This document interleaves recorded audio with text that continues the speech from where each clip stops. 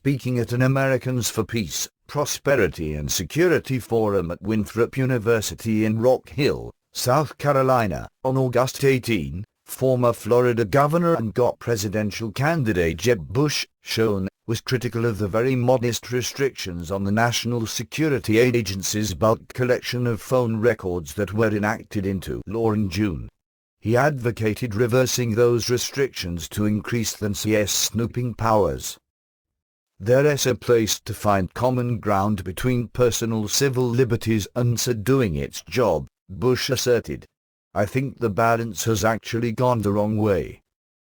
Bush maintained that the increased NSA surveillance powers are necessary to combat evildoers, presumably terrorists such as those who participated in the 9/11 attacks in 2001. In response to those attacks, Bush's brother, President George W. Bush, signed the PATRIOT Act into law, which authorized the wide range of government surveillance activities. With the passage of time, however, even the PATRIOT Act's lead sponsor, Representative Jim Sensenbrenner, R.Y.s, who introduced the act in the House on October 23, 2001, developed severe reservations about how that legislation has been applied. As the author of the PATRIOT Act, I am extremely troubled by the FBI's interpretation of this legislation, Sensenbrenner wrote to Attorney General Eric Holder on June 6, 2013. He continued, the FBI's broad application for phone records was made under the so-called business records provision of the Act. I do not believe the broadly drafted FISA, Foreign Intelligence Surveillance Court, order is consistent with the requirements of the PATRIOT Act. Seizing phone records of millions of innocent people is excessive and un-American. Because of these reservations, Sensenbrenner introduced a bill called the USA Freedom Act on April 28, and posted a message about the act on his website, claiming that it would end the bulk collection of Americans' communications records under Section 215 of the PATRIOT Act, and eliminate other abuses, as well. The USA Freedom Act was passed by the House on May 13, the Senate on June 2, and signed into law that same day by President Obama. Obama's haste in signing the bill was prompted by the fact that it extended key provisions of the PATRIOT Act that expired on June 1, until 2017. Senator Rand Paul, R.K., opposed the act because he believed that trading a 4-year extension of the PATRIOT Act's intrusive powers for a very modest limitation of those powers was a poor exchange. It still allows for the collection of bulk metadata, but by the phone companies instead of the government. As former Representative Ron Paul, R. Texas, noted in an article posted by the New American on May 5, a look at the USA Freedom Act's details, as opposed to the press releases of its supporters, shows that the act leaves the government's mass surveillance powers virtually untouched. The USA Freedom Act has about as much to do with freedom as the PATRIOT Act had to do with patriotism. If Congress truly wanted to protect our liberties, it would pass the Surveillance State Repeal Act, which repeals the PATRIOT Act. Congress should also reverse the interventionist foreign policy that increases the risk of terrorism by fostering resentment and hatred of Americans.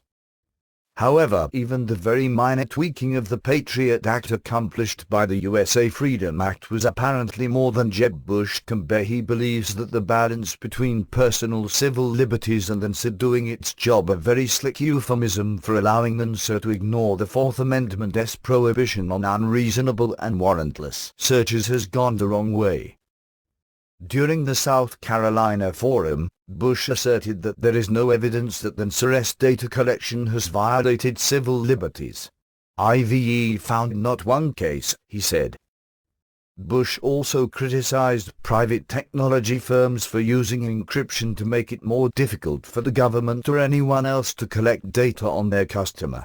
It makes it harder for the American government to do its job while protecting civil liberties to make sure evildoers aren't in our midst, Bush maintained.